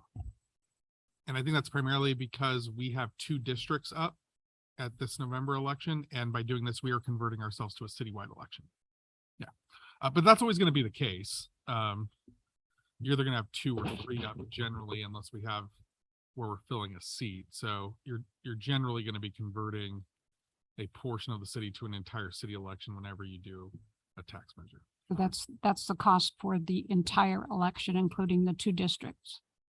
No, it's 47,000 in addition to. In addition to, okay. $47,000. 47,000.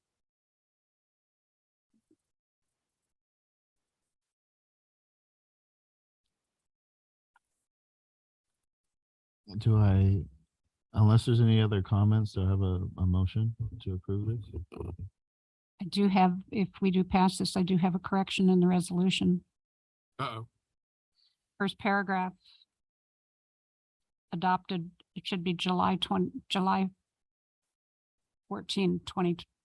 That would be, how do you do that? Or is that referring to the actual general election? That's referring to the first Okay. resolution It was calling just the too election. close in the back of June and a July and a 12 and a 14. It's like, Yeah. okay, what's going on here? No. Okay, good. Thank you for that clarification. I do want you to know Heart attack that time? when I speak to my staff about drafting things and making sure we don't have errors, I say read it like Councilmember Krupa would read it. And make sure with that level of detail, that is the level of detail we need in every document. The dates have to be right. So I'm glad to know that we got that right. Whew. I've had a couple staff members tell me that too. And City Attorney, would you mind explaining the $15 million, the number? Yes. Since our original was 10?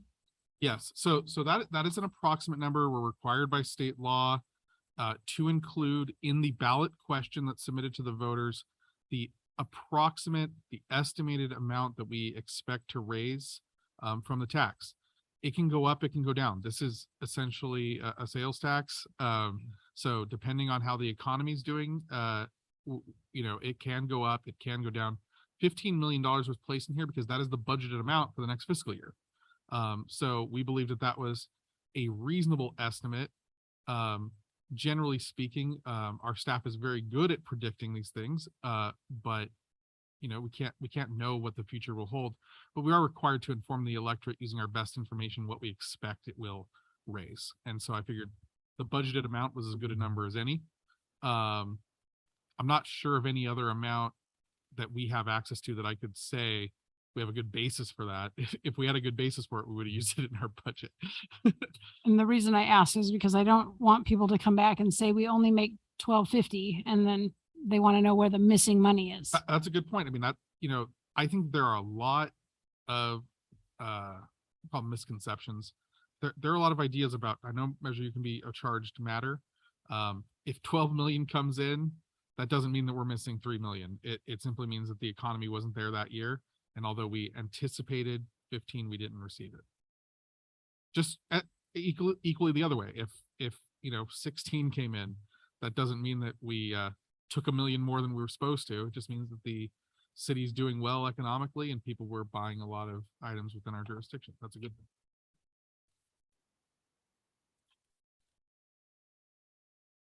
All right. And then what about the resolution that everybody argues about? Does the council have, if this passes, the council can make a resolution and decide, since it's a general tax? You don't need to decide that today, obviously. So are we talking about the two previously adopted resolutions by the council? Those are, this is a general tax. I'll start there. A general tax, and it's stated in both the original that was passed by the voters and in this, it's very clear this is a general tax to be used for general governmental services, including police, fire, emergency medical services, but not necessarily limited to that. But the council, in adopting those two resolutions, has appropriated this money for those purposes every year, and allocated it only for police and fire services in specific ratios. The council imposed that on itself. It is not required to do that forever. The council could change those resolutions in the future, or it could adopt a resolution or a budget resolution that changed those funding priorities. A lot of communities face that conversation. The goal is public safety, but how do we get there? Right. And then once we get to a certain point, we can keep the tax. And if it passes, then we can use the money for other items without having to go back to a vote.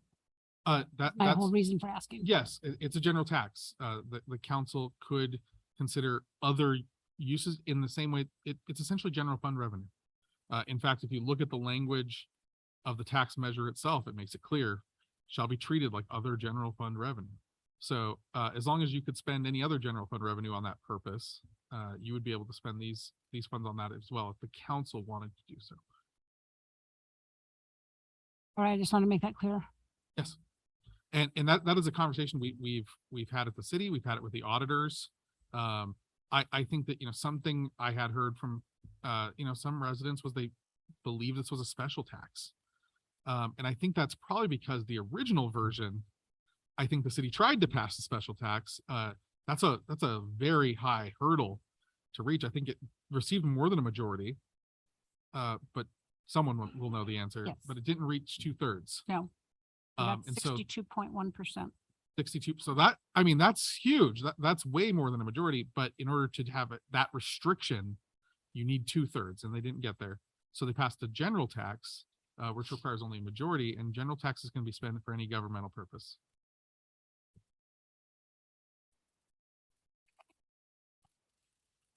Do I have a motion? I'll give it a try. I move that we approve the proposed resolution with the recommended amendments to the ordinance as recommended by the city attorney. I'll second that.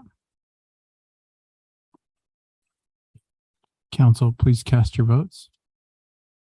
That's motion by Councilmember Brown, second by Mayor Pro Tem Meyer to approve the resolution as amended.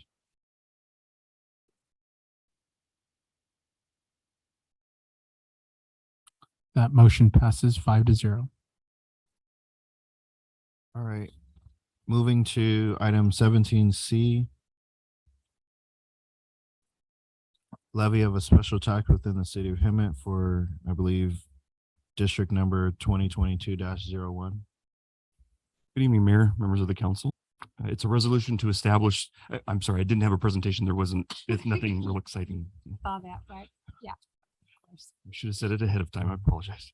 But this is a resolution to establish the Community Facilities District, CFD 2022-01, and authorize the levy of a special tax for the Tres Cerritos development, which is at the northeast corner of Warren and Devonshire. The CFD process, Community Facilities District process, was established to assist agencies to fund certain public improvements and, public services. In this particular development, there is the funding for vernal pool maintenance, stormwater facilities, and streetlights. This process tonight is the first step in establishing the CFD. It sets the public hearing date for August 9th, where there will be a ballot of the owners of the property within the district. And that is when any testimony will be heard and the engineer's report will be presented as well. There will be two special taxes within this proposed. One is special tax A, which is about $320 per resident per year. Special tax B is $552 per resident per year. Not per resident, per unit. I apologize on that. Special tax B will only be implemented at the time if the city determines that all the improvements that are being maintained by the HOA are not being maintained, then the city can invoke and then charge the residents the special tax B. But it will only be levied as special tax A at this point. As I mentioned before, this sets the public hearing date of August 9th. And with that, I'm here for any questions you may have. Councilmember Krupa. It's an automatic. Thank you for that. Is this what we always referred to as Tres Cerritos East or Tres Cerritos West, or just Tres Cerritos? Tres Cerritos West is the area north of Ramona Creek, so north of Devonshire, sort of a triangular piece that was previously graded out, I want to say maybe 10 years ago or so. At least 10 years ago. Yeah. Okay. And on that, talks about the different parcels, single family, condominium, residential, and multifamily. So are the developers planning all three of those in that location? No, the reason why it's set up like that is because the district has to show the equivalent values. Okay. In case for some strange reason it did go back to council as far as the development does, this is set so what the CFD is actually charging. So it's for the single family residential, but it could have, if council went a different way, you could have the other multifamily units as well as per acre. It also is because in some instances, the pieces of land within the district are not developed and left undeveloped for some time, and the owner of that property still has to pay into the CFD. Okay. Thank you very much. Appreciate that. Any other questions or comments? Just somewhat related is looking at the site map. It shows the hashed out area of the parcel, and it doesn't come down to Devonshire. So would this development require any improvements to the Devonshire Myers intersection? Since it doesn't quite reach down to Devonshire? Well, I believe you're asking kind of two different questions there. So this development, Tres Cerritos West, you're right, does not go down to Devonshire. It goes down to Celeste Road / Rose Road.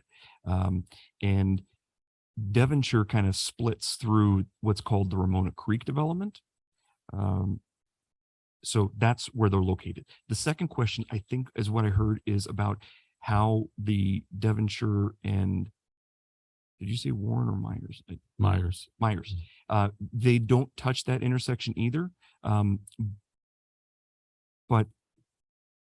the Ramona Creek development, which will have other maps, have improvements at that intersection required. Right. I saw that, and I just wanted to make sure that it's not really related to the CFD, but just looking at the map, I see that it doesn't come down to Devonshire, and I don't know that I've ever even seen Celeste Road or formerly Rose Road, unless they were dirt roads. It's paper. It's a paper street. Paper roads. Okay. They exist on paper. Yes. All right. Thanks for that clarification. Cool. Just wishful thinking about improvements to that area. Do I have a motion?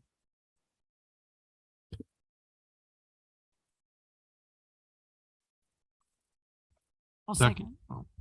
Let Russ go. Right. You did.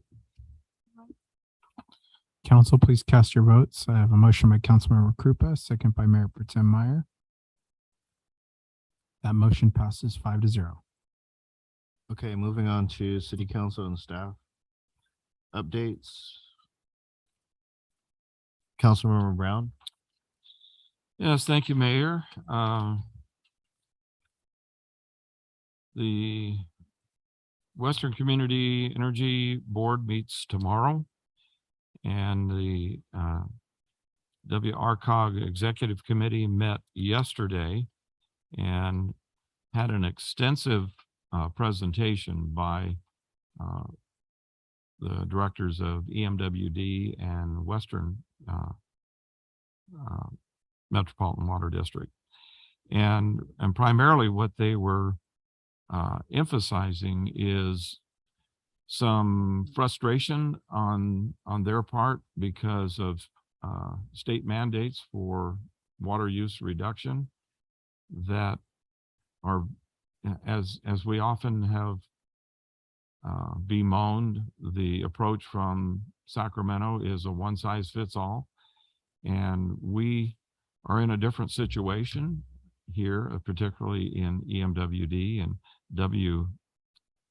WMWD, where we are not reliant on State Water Project water, and we're not reliant on Colorado River water.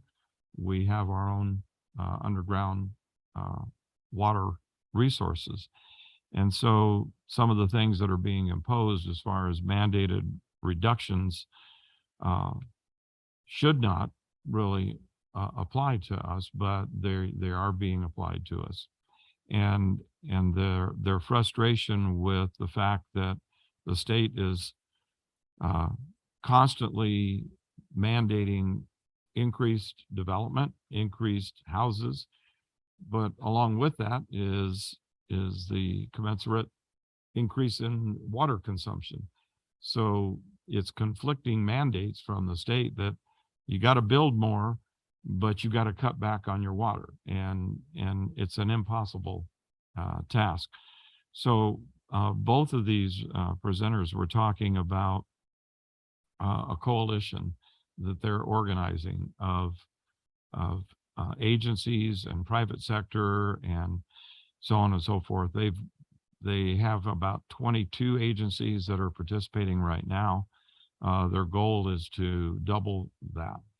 And they encouraged and invited all the cities and WRCOG to join in this coalition. So my suggestion is that maybe we put this on a future council agenda because we can't take action on it tonight, but I think they make a good case, and I can provide staff the additional detail that we had presented at the executive committee. It seems like a worthwhile endeavor because Sacramento doesn't seem to listen to common sense and logic, and they're not putting any funds, even though we have a $98 billion surplus, they're not putting any funds into the infrastructure to create more reservoirs. And so the governor's answer to the drought situation is mandated cutbacks instead of additional capacity for storage because of the fact that we're below the ability to even when we're in wet years, there isn't sufficient storage capacity that could help get us through the drought years, which we know it's on a cycle basis, and we'll have wet years again, and then we'll have drought years again. I commented to the presenters during the discussion part, again, my frustration that we are not even considering alternatives to addressing the water shortage problem through desalination. We have very effective desalting facilities right here in Paris that are effective in taking the salt out of the groundwater, and because it's brackish, and they have a very good process of dealing with that. But we're too far away from the ocean here for that to have much of an impact. But the coastline cities could be doing something with desalination, and there's no effort being put forward into that. The other concern is that there's no effort being made to negotiate with our neighboring states to the north that have a surplus of water that with the snowpack melting, and it runs off to the ocean, and there's no effort being made to capture that and perhaps negotiate a deal to bring it into our state water project. We have the technology to be able to do that, and the estimates that I heard from these representatives that were speaking yesterday, that even a project to modify and bring that kind of water, we're talking something that might be $10 billion, and we have a $98 billion surplus. So there's a lot of inadequate thinking in Sacramento. So I think that's something that I would encourage us to put on a future agenda for council discussion and action to join that coalition. And I don't know if all of you, did everybody get the Cal JPI email today? And they're asking for the city to support opposing SB 1127, which makes some modifications that are unrealistic to the workers' comp processes. So I'll just remind me when we come to future agenda items that I'd like to recommend that. And that's all I have. Councilmember Krupa. Okay, thank you. The library has added a new language database this year, and it's called Transparent Language. It is the language database used by the Defense Language Institute, operated by the U.S. military. So go on their website and find that. And I'm not exactly sure exactly what you're going to find, but go find it. Should be interesting. And the other really exciting thing is Helper Dog Story Time, which will be Thursday at 2:00 at the library. And I can only assume who helper dogs could be canines of any kind. Nose sniffers. I'm reading sign language. But stop at the library 2:00. Should be interesting. I thought you would report on League of Cities, which we went to last night over at Paris. And I didn't make any notes on it, but good turnout, and heard from candidates for the 5th County Supervisory District, and also for the Auditor Controller. And then had a long presentation by the director of Cal OES. Very interesting though, because it was Office of Emergency Services, and how the partnerships go through, and as he said, you don't want to see me in the time of a disaster, because that means the disaster is at your front door or back door. So it was really good. He gave us contact information for him and how the state works with FEMA and other disaster relief and disaster preparedness agencies to mitigate and prevent disasters. Most of them he was dealing with it that last night was with fires, and then he got into the earthquake and said, yeah, we don't even want to go there tonight, because right now the thing that we really are dealing with in the state is fires. So there was a lot of good information. And I think that was about, they talked about numerous bills in Sacramento. It seems like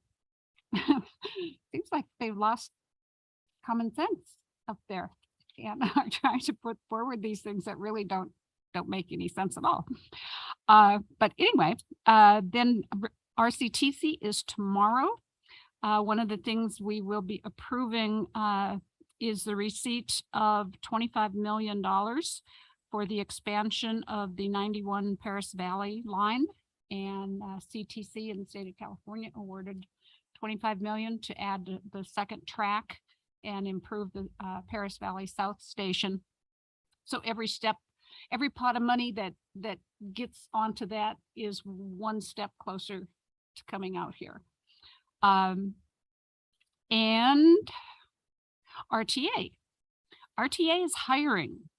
They are hiring not only line positions and drivers and servicers, but director of operations, director of maintenance, ITS systems, that's their intelligent transportation systems administrator, coach operators, parts clerks, bilingual customer information clerks, just about anything. They will be having a job fair at the Corona Chamber of Commerce on Saturday, July 23rd, but go on their website if you are looking for a job. Everything is listed, and they are hiring multiple positions, ramping up and trying to get people riding the bus again. And that's all I have. Yeah, have any updates on the Mid-County Parkway? That will be coming back to RCTC in September. So we're dark, and we have a meeting tomorrow. We had an update on it at Western Projects and Programs 2 weeks ago. And that was just the general that it would be built out and safety things put in place. I will say I've driven the Ramona Expressway twice in the last week, and was very happy to see they have little delineators all along and little signs posted that say do not pass. And I saw one crazy driver last night coming home, and I just pulled over and let him go crazy.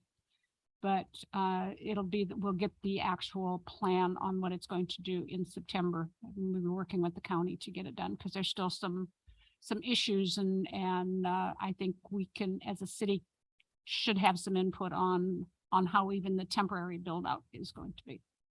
So yeah, I'll keep you up on that one. Councilmember Mills? I don't have much, just real quick, we have the copy in the library. Oh, okay, there she is, coming tomorrow to our meeting, our general meeting at the American Legion. She'll be discussing what we have available at the library for veterans. We have a meeting on the 18th, July 18th. I think Harley will be a part of it. The both chiefs will be there, and it's with businesses. So if you're a business and you're interested in this meeting, it's going to be with gatekeepers, businesses, and other influential people there. So the 18th at 4 o'clock. And crime prevention. I'm sorry? Crime prevention. Crime prevention. And so we'll be discussing a lot in that meeting. And that's about it. I want to thank our Public Works Department for putting out the 229 sidewalk trip hazards that were removed. I've seen so many of the grinds down the streets I've been walking. I think Juanita, South Juanita, there's probably been a bunch, or the north side. So it's nice to see those leveled off. I know that Mr. Allen has spoken about the ones down in Florida, and believe me, I reported them all, but we will stay on Caltrans for those. And we'll get the printout to you guys. But there are a lot of deep ones that they cemented around. I couldn't help it. I posted it. On Mayflower in Florida, they cemented around a rock, a literal boulder coming out of the ground. And I'm not sure how they even got away with that. Maybe nobody inspects their stuff, right? So people bring these things to our attention, and it's funny, but we're not over Caltrans, so it's unfortunate. And then also I'll go to the homeless ad hoc stuff since skip around on this. Is that fine? Yeah. Malcolm and I were able to go out to the park with CityNet, and it was pretty exciting, but they were able to have some more new contacts and take information and get some people off the streets. So it's a continuous job. And so anybody that's wondering, between Cornell and Columbia on the south side of Florida, there's a very large encampment, and it's not in the city limits. And so even though it's across the street from the city limits, it's not in the city limits. So we get lots of comments and complaints about it. The county is supposed to go out there Monday, like 2 days ago, and we're waiting for whatever they're planning. So we will keep Captain Ariano informed when they show up, because we don't want them running across the street. So did you want to go over the CityNet stats? Do you have that? Here's the. I know from May we had 9 street exits, and it looks like we made 48 contacts and 33 new engagements. It seems like their average over the last couple of months. So we're anticipating April, May, June, around the same amount of each month, about 8 to 9 or 8 to 10 leaving our streets. We have a lot of success stories that we put on online, and sometimes we comment on the different success stories, like people being reunited with family members that they thought were dead. And so we're glad to see that we're making some positive movement towards like eradicating homeless, even though it just seems like, with the moratorium that was just lifted in July 1st with the forgiving not paying your rents. Now we're seeing more people, and then we just had this encampment that was built, and we've had several other encampments that kind of popped up here within the city limits, but we've been very proactive to make sure that people did not get comfortable there. And so we're doing our best to make sure that we kind of keep control on this, and we just want to encourage you guys continue to be patient with us as we move forward, because unfortunately they have rights too. And it is a constant work. I mean, as I walk the streets at night with my husband, we talk to them. I give them my card. We offer them help. We plan meetings in the park. That's when Malcolm was able to come out, and CityNet met up with us. They have to get them their ID first. And so before they can do anything else, they have to have their ID. So then there's a trip to the DMV, and you can imagine how long that is of a wait. But we are constantly working on this, and it just takes time. It's to the point now that we have so many people that are requesting help or that are accepting help that I have to slow down. I can't give all my business cards out in one night because they want the help. And so our budget doesn't, provide for that many people at the same time. But another public service announcement is there have been different groups that meet up in the park wanting to help the homeless people. And I don't know, they came out with bags of clothes and food that was, who knows where it was from. And we had to send them out of the park, and they weren't too happy. But the problem is when they deliver stuff to the park, then it creates a trash problem. So the one particular lady was not very happy, but I told her I'd call and get her a ticket for littering, and that she can leave clothes for anybody that she finds naked, because nobody's out there naked, right? So let that be a rule of thumb, and you can say it and be bold about it. It's fine. And you can call our police department if people don't want to cooperate, but we don't need more trash out there. So we are proactively holding people accountable. So just so everyone knows. And I'll add that, and I've said this before last year, that I went under Stetson and Sanderson and met with some of the homeless people under there. And, I asked, if we had a shelter for you, would you leave? And they're like, no. Why? Well, because I can't do my drugs. Well, what if I allow you to do the drugs at the shelter? No. Why? Because I have these pets. Well, what if the place lets you do your drugs and have I took away all the barriers and they still wouldn't go. And the reason was because they said that Hemet takes really good care of us. They feed us, they clothe us. What's the point of going inside somewhere if Hemet keeps taking really good care of us? And I know it pulls on people's heartstrings, but I know that if you subsidize things, then it causes people to be dependent on it. And so I think that if we're more proactive as far as not, it's like give it to the community pantry and places, so that they can go there, so that it's kind of controlled, so that trash. I mean, we give clothes out to people and then we find them in the middle of Florida, and then we're mad because they're walking around with shopping carts full of stuff, but we gave it to them, So it's like we can't have both. So it's like we either have to stop catering to panhandlers, or stop clothing them and let them go to the places that have the clothes and the food and stuff like that, instead of us just giving out of our own substance. And then you might think, well, I'm a Christian and all of this stuff, but you got to read into it more. It's not talking about our homeless, because our homeless isn't a part of our community. They don't help us with our community. They don't contribute. I don't think we should be helping people that are not contributing. Does that make sense? We got to hold people accountable. I can't just keep giving you and giving you and giving to you just because my heart is sad or something like that. It's sometimes, having being strict with someone is the best way, because you're telling them, like, you got to hold yourself accountable. You got to get yourself together. And we have services and programs all day for you to go into. But, people, it's their hearts, they're like, but they want it. They're hungry. But how are you fat and homeless? That doesn't, you know what I mean? That doesn't make sense to me. You can't tell me you're hungry and you're overweight and you're homeless. That doesn't make any sense. So you can't tell me that they're hungry and they work in shifts. So when you're giving them giving them money,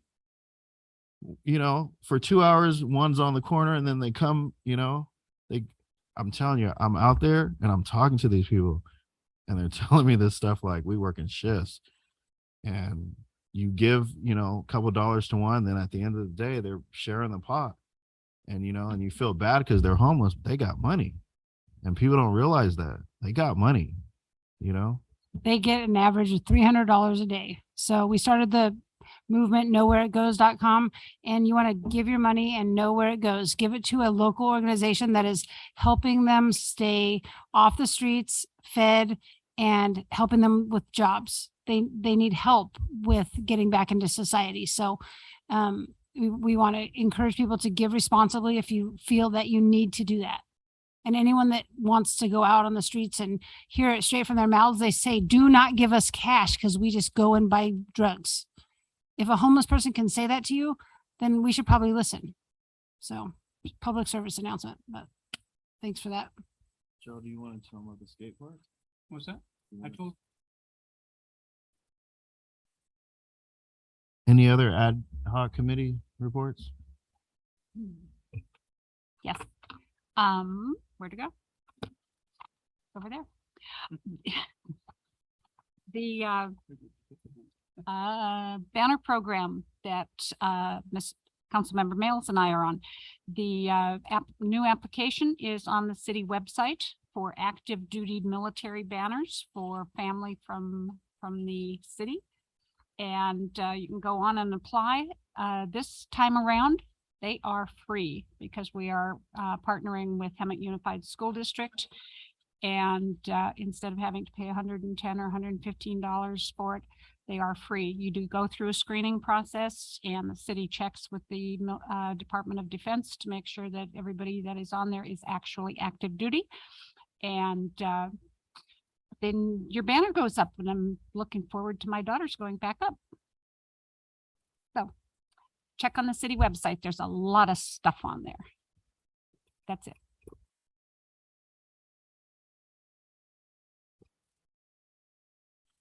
Councilmember Brown? Anything? Just for future agenda items. Okay, city manager? Thank you, Mr. Mayor. Nothing from the city manager's office. All right. Any future agenda items? Yes, I'd like to make a motion that we add to a future agenda a support letter for Cal JPIA's opposition to SB 1127. And within that email, I think there's a template letter that staff can utilize to create that. So moved.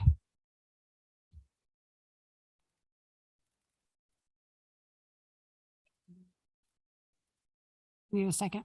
Council, please cast your votes. Motion by Councilmember Brown, second by Mayor Pro Tem Meyer. Okay, I got it. That motion passes 5-0.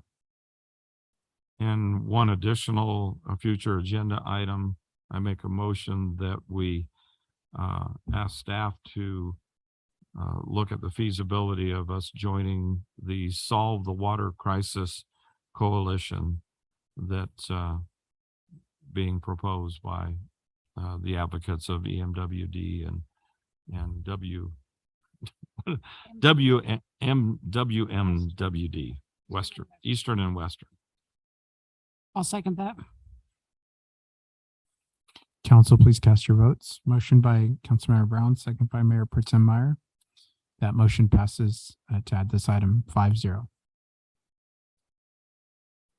Coalition. Water Crisis Coalition. Before I adjourn, I want to encourage you guys, if you have any desire to visit any state parks, that you see Kathy at our library, because she has, I believe she has access to tickets. 5. With that being said, there being no further business, this meeting is adjourned to the next city council meeting, August 9th. Thank you for joining us.